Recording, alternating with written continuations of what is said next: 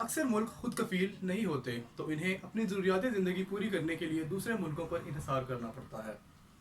मेरा नाम मोहम्मद उस्मान गनी है और आज मैं इंपोर्ट एक्सपोर्ट के ऊपर बात करूंगा, जिसके बाद हम लोग पाकिस्तान की इकोनॉमी के ऊपर भी थोड़ा बहुत बात करेंगे। तो फर्स्ट ऑफ ऑल हमें ये पता होना चाहिए कि इंपोर्ट और एक्सपोर्ट क्या होती हैं। अगर हम उर्दू में बात करें तो इसका मतलब है दरामदात और बरामदात।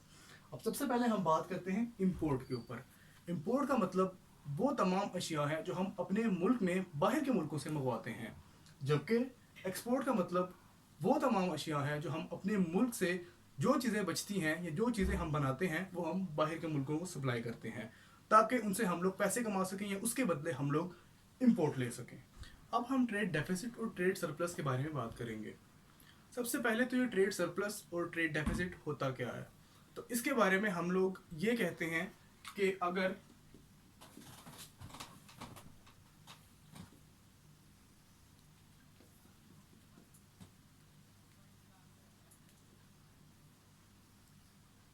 हमारे पास दो चीज़ें हैं, इंपोर्ट और एक्सपोर्ट।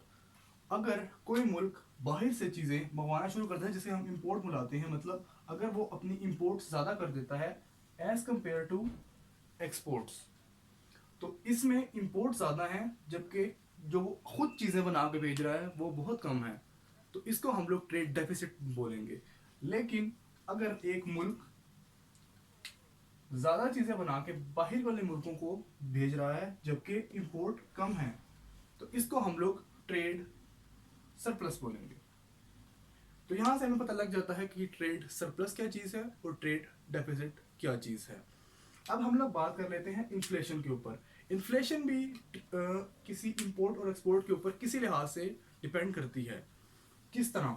सबसे पहले तो अगर एक मुल्क इंपोर्ट जो है ज़्यादा कर रहा है जबकि एक्सपोर्ट कम कर रहा है, तो अल्टीमेटली इसकी करेंसी एक टाइम पे गिरना शुरू हो जाएगी, और जब इसकी करेंसी गिरना शुरू हो जाएगी तो इससे इसकी इकोनॉमी के ऊपर भी इफेक्ट पड़ेगा। तो हम ये कह सकते हैं कि अगर आप लोगों का ट्रेड डेफिसिट हो रहा होता है तो इससे आपकी इकोनॉमी डायरेक्ट लिंक्ड होती है और इससे आपकी इकोनॉमी के ऊपर भी असर पड़ता है। जबकि अगर आप लोग सरप्लस में जा रहे होते हैं तो इससे आपकी इकोनॉमी स्ट्रांग होती है। लेकिन क्या आखिर ऐसे ही रहता है? बिल्कुल नहीं। कैसे? जब आपकी करेंसी नीचे गिरना शुरू हो जाती है तो आपका लेबर चीप हो जाता है, जिससे आप लोगों की फैक्ट्रियों में सामान सस्ता बनता है, जबकि वो बाहर के लोगों के लिए उतना महंगा नहीं होता। तो हम लोग ये कह सकते हैं कि बाहर के मुल्कों के लिए स्टिल ये चीज़ हमारे मुल्क की सस्ती है बनिस्बत कि वो जो खुद बना रहे हैं, तो इसके लिए वो दोबारा हमारे मुल्क से वो चीज़ ले लेते हैं। तो इस तरह ये ट्रेड डेफिसिट और ट्रेड सरप्लस ये आपस में इंटरलिंक्ड हैं, और करेंसी भी इसी लिहाज से इंटरलिंक्ड है।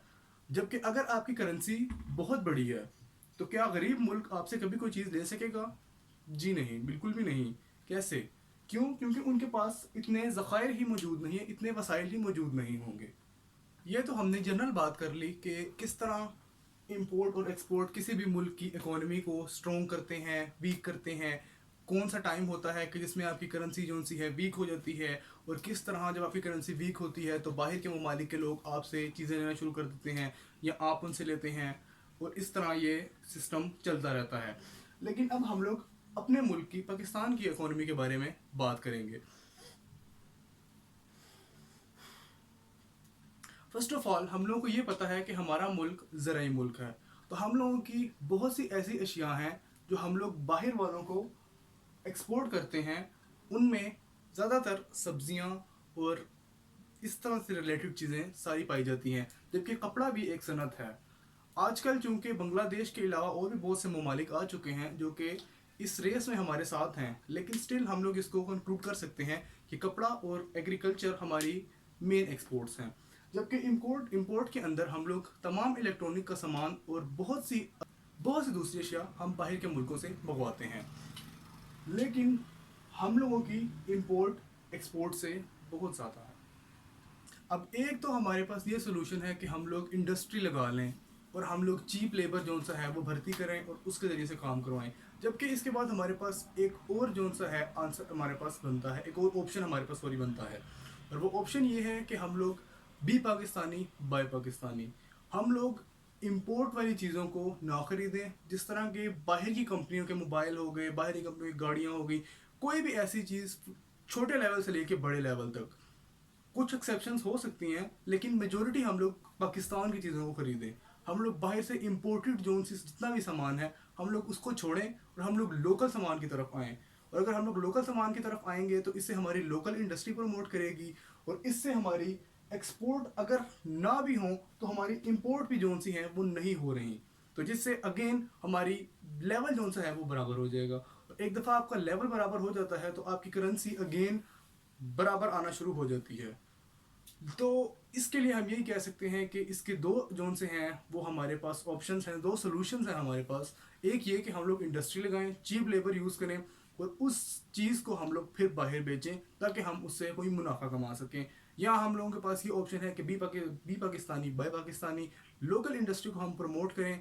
और इसका भी मतलब हम लोग कह सकते हैं किसी न किसी लिहाज से भी रिलेटेड है कि इंडस्ट्री होगी तो हम लोग चीज़ खरीद सकेंगे। अब पाकिस्तान में अगर मोबाइल बनाने की इंडस्ट्री है ही नहीं तो फिर हम लोग मोबाइल तो बाहर की खरीदेंगे। तो पाकिस्तान के जो उनसे बड़े हुकाम हैं उनको ये चाहिए कि ऐसी इंडस्ट्रीज़ लगाएं जो एटलीस्ट चीज़ें यहाँ पे असेंबल करें, जो चीप चीज़ें हैं वो लेके आएँ और जो मेन प्रोडक्ट है वो यहाँ पे बनाएं ताकि हम लोगों की इकोनॉमी जो सी है वो ग्रो कर सके। दैट्स इट, आज के लिए इतनी ही बात करेंगे। अल्लाह हाफिज़।